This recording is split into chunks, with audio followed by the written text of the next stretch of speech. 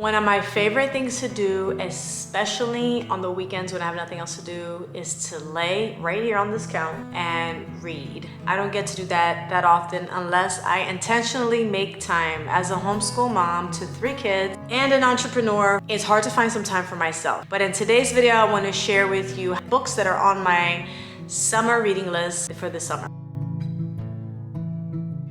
Hey guys, it's Fanny from Mrs. Mom's Homeschool and welcome to my channel. If you're new here, I make videos to help you on your homeschooling and or motherhood journey. And today we're talking about books for moms. So I just made a video on my goals for the summer, and now I want to share with you guys some books that I have. I definitely am not going to get to read all of these this summer, but the reason why I'm sharing them with you is because I plan on reading at least 3 of them this summer, 1 a month. The plan is to start a routine in the morning where I can wake up and read at least 10 pages a day, and in the morning and at night. Okay, so I'm going to share with you a couple of books. A couple of these books I may have shared in a previous video.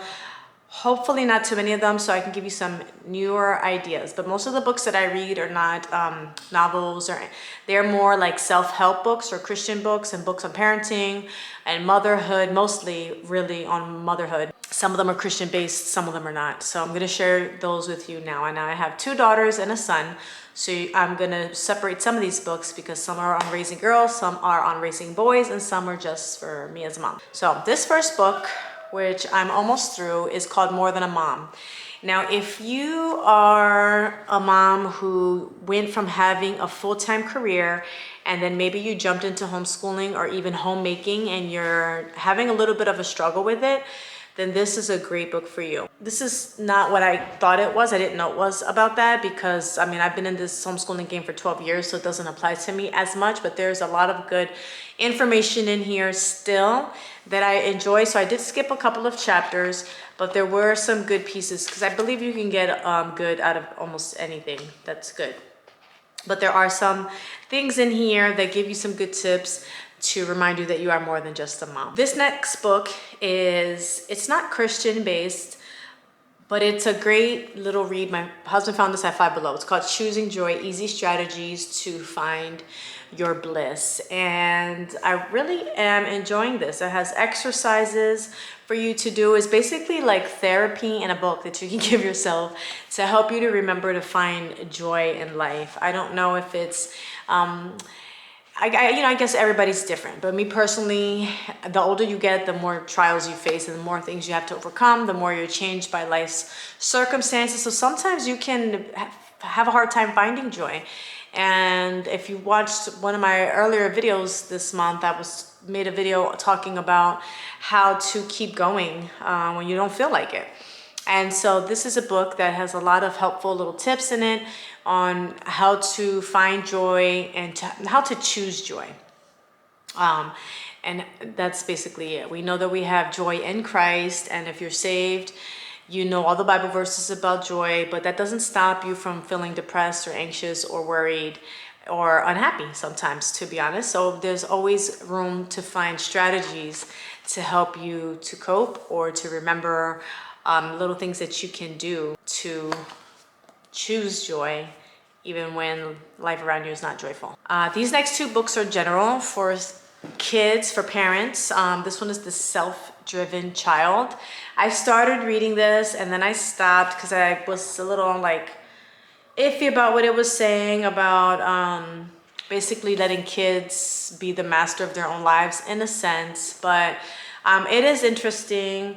It's about giving kids more control over their own lives, and as parents we can only drive our kids so far.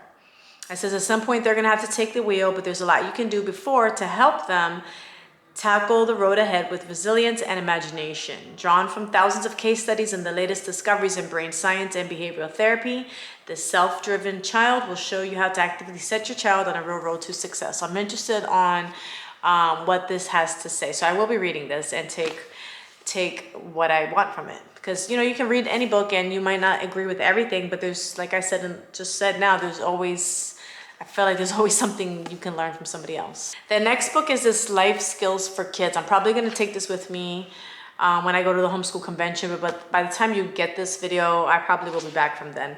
But this is, I want to learn the different skills that I should probably be investing time into teaching my children. So I mean, there's so many things in here. Handling life skills in public, from using public restrooms safely, showing integrity with shopping, act with courtesy in restaurants. So some of these are like common sense. As a homeschooling parent, you're teaching your kids these things on the go. But there are other things in here when it comes to like shopping tips or learning how to make a phone call, making appointments, things that you don't necessarily, like we kind of like just do for our kids ourselves, and we're not really thinking about teaching them these little successful things. So I'm just interested in scrolling like it's a phone, just like flipping through here, that's the word, and seeing what I can implement this upcoming homeschool year, if there's anything that I'm not doing that I should be doing. So this is going to be something I might not read from front to back, but I will be searching through it for different tidbits of information. These two books are for mothers of sons, and then the next two are for mothers of daughters. And the first one is 6 Ways to Keep the Good in Your Boy. It says God created boys to become men who are good, acting for the sake of others and having others' interests at heart, especially as husbands and fathers. As a mom, you have a unique role in equipping your son to embrace this call from God and stand against a culture that wants to strip him of his masculinity. So that word was like tricky for me to say. So yeah, I think this is going to be a good book. Guiding your son from his tweens to his teens. And then this one is Moms Raising Sons to Be Men. It says, this book is a must for any mother who desires to be a faithful steward of this privileged task and having some fun along the way. No one can influence your son like you. If you have a son, it's because God has uniquely chosen you to love him, encourage him, mold his character, and prepare him to be a godly man, or for godly manhood, it actually says. And the key to a great mother-son relationship isn't figuring out the right parenting techniques, but letting God work through your life to influence your son.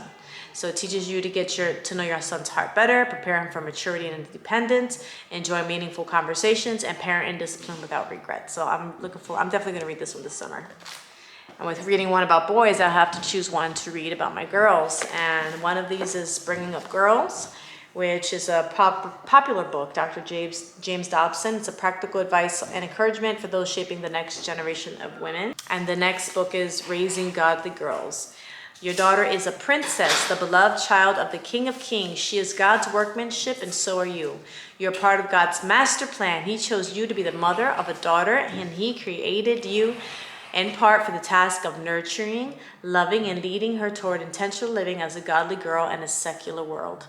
So definitely probably going to be reading these two this summer, along with Sticky Faith, which is one I've shared with you guys before. It talks about everyday ideas to build lasting faith in your kids. And the first few chapters is talking about the statistics of how many kids lose their faith by the time they're in college. So this is ways to keep that faith in your kids. So honestly, for the summer, these are probably going to be my top 3 front to back books, while sprinkling in a little bit of this for now and this as well. And then the rest I'll be reading after the summer. And if I can finish more than 3 books, that'd be awesome. So you know what? I've just made a video on my kids and talked about how when they finish reading their summer books, with each books they're gonna get a reward, a collectible. I'm gonna reward myself too for every book that I finish. I don't know what that's gonna be, but it's gonna be something awesome. And for every book that I've complete, I'm gonna stick a little sticker in the back and I'm gonna put a reward there. I'm gonna buy myself something, yeah. So you should motivate yourself, right? We need motivation too. We need to find ways to motivate ourselves. So those are some books. I hope you guys enjoyed those. If you have any book suggestions, let me know in the comments below. I'm always looking for books to read now that I started making reading a priority in my life. So anyway, thank you guys so much for watching, and I'll see you in the next video.